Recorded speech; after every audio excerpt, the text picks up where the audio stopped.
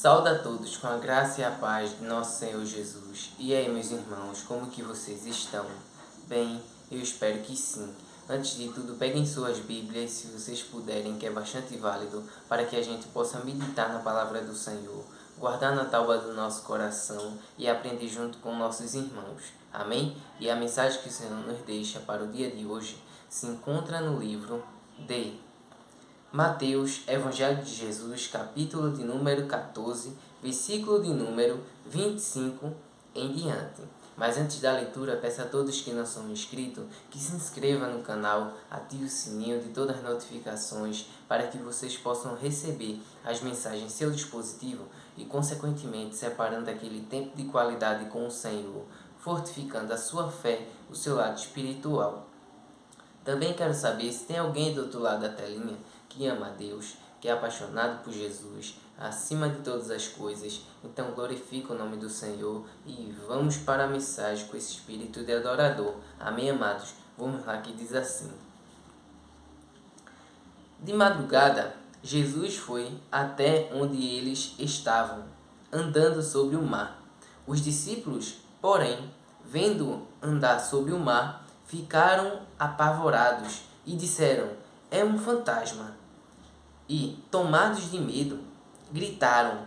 Mas Jesus imediatamente lhes disse: coragem, que quer dizer fé. Sou eu, não tenham medo. Então Pedro disse: se é o Senhor mesmo, mande que eu vá até aí, andando sobre o mar, andando sobre as águas. Jesus disse: venha. E Pedro, descendo do barco, andou sobre as águas e foi até Jesus. Reparando, porém, na força do vento, teve medo e, começando a afundar, gritou: salve-me, Senhor! E prontamente Jesus, estendendo a mão, o segurou e disse: homem de pequena fé, por que você duvidou? Subindo ambos para o barco, o vento cessou, e os que estavam no barco o adoraram, dizendo: verdadeiramente o Senhor é o Filho de Deus. Aleluia, glória a Deus. Irmãos, Deus é tão tremendo, né, amados? Porque veja onde a história começou. Tava dando culto, né? Tava pregando o Evangelho de Jesus Cristo. E ele precisava dispersar a multidão para que ninguém seguisse eles. Aí mandou os discípulos primeiro subirem no barco e ir para o outro lado do mar. Sabe? Mas ele também não só queria despedir a multidão, mas também queria ficar só com Deus. Ele foi e orou sozinho, ele e Deus. Então, os discípulos estavam sendo açoitados pelo mar, pela força do vento, sabe? Pelas ondas. E eles estavam já com medo, apavorados. Mas Jesus liberou uma palavra: vão para outro lado do mar. Isso quer dizer que essa palavra vão, ela teria que se cumprir. Eles iriam chegar lá, porque foi a palavra de Jesus. Sabe, irmãos? Mesmo com todo o vento, com toda a tempestade, sabe? Estava no controle de Jesus. Então, os discípulos já com medo, né? De morrerem, de fato, pelaquela tempestade, pelo vento forte ali, pelo mar bravio. E então acontece que os discípulos começou naquela neblina, né? Da tempestade, viu Jesus vindo, andando sobre as águas. Aí gritaram com medo: é um fantasma. Aí Jesus pega, de não tenha medo, sou eu. Mas será que os discípulos talvez eles não tivessem percebido que era Jesus andando sobre as águas? Tudo bem, por causa da neblina, por causa da tempestade, né, da chuva, de tudo isso. Irmãos, mas a voz é outra coisa. E Pedro dizendo, se és tu, Senhor, manda que eu vá até você sobre as águas.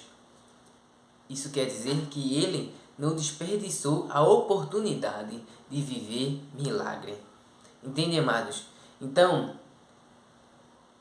ele pediu e Jesus concedeu. Jesus disse, venha. E sobre a palavra, Pedro andou sobre as águas, porque de forma alguma ele por si só poderia andar sobre as águas. Entende, irmãos?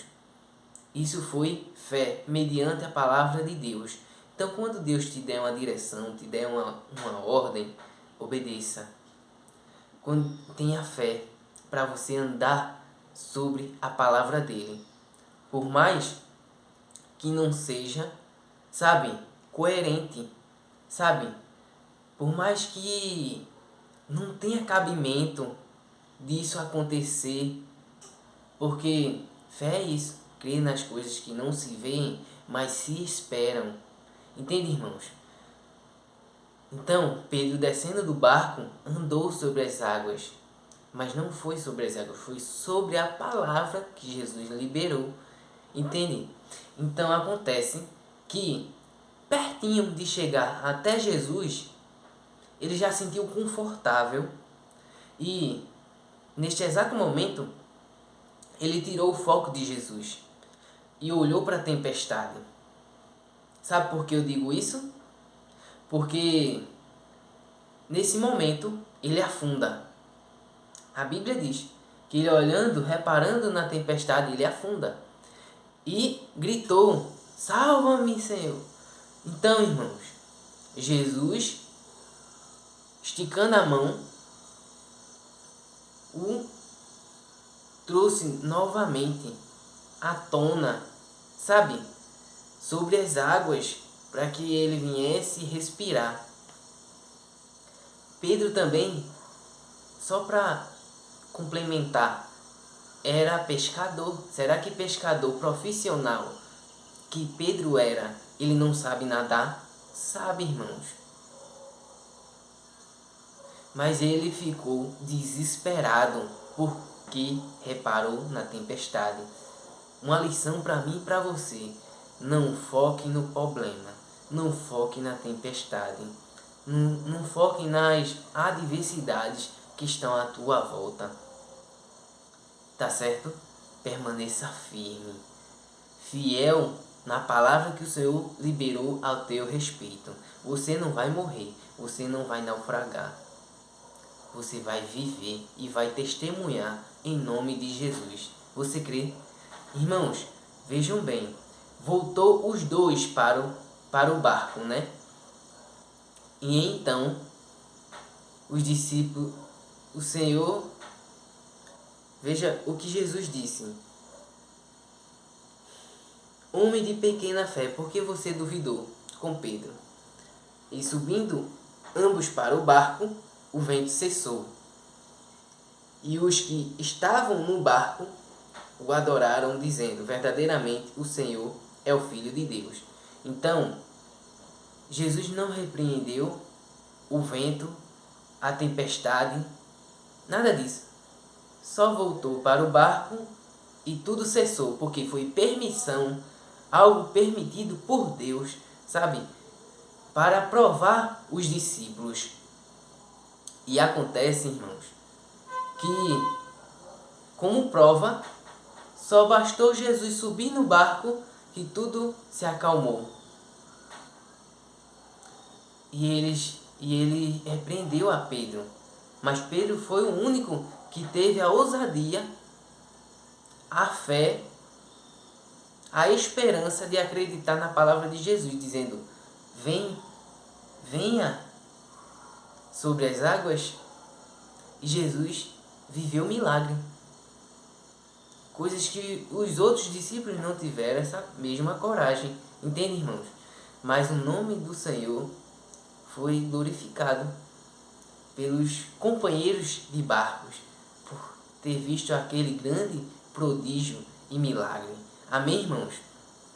E eu creio que não só acabou por aí, eles chegaram, sim, com certeza, do outro lado do mar. Como Jesus disse no princípio, vão para outra margem, para o outro lado do mar, eu vou dispensar a multidão. Eu estou convosco todos os dias até a consumação dos séculos. Essa é a promessa. Te apega, te agarra com aquilo que o Senhor já liberou para a tua vida. Você não vai morrer. Você vai permanecer de pé sobre a rocha que é Jesus.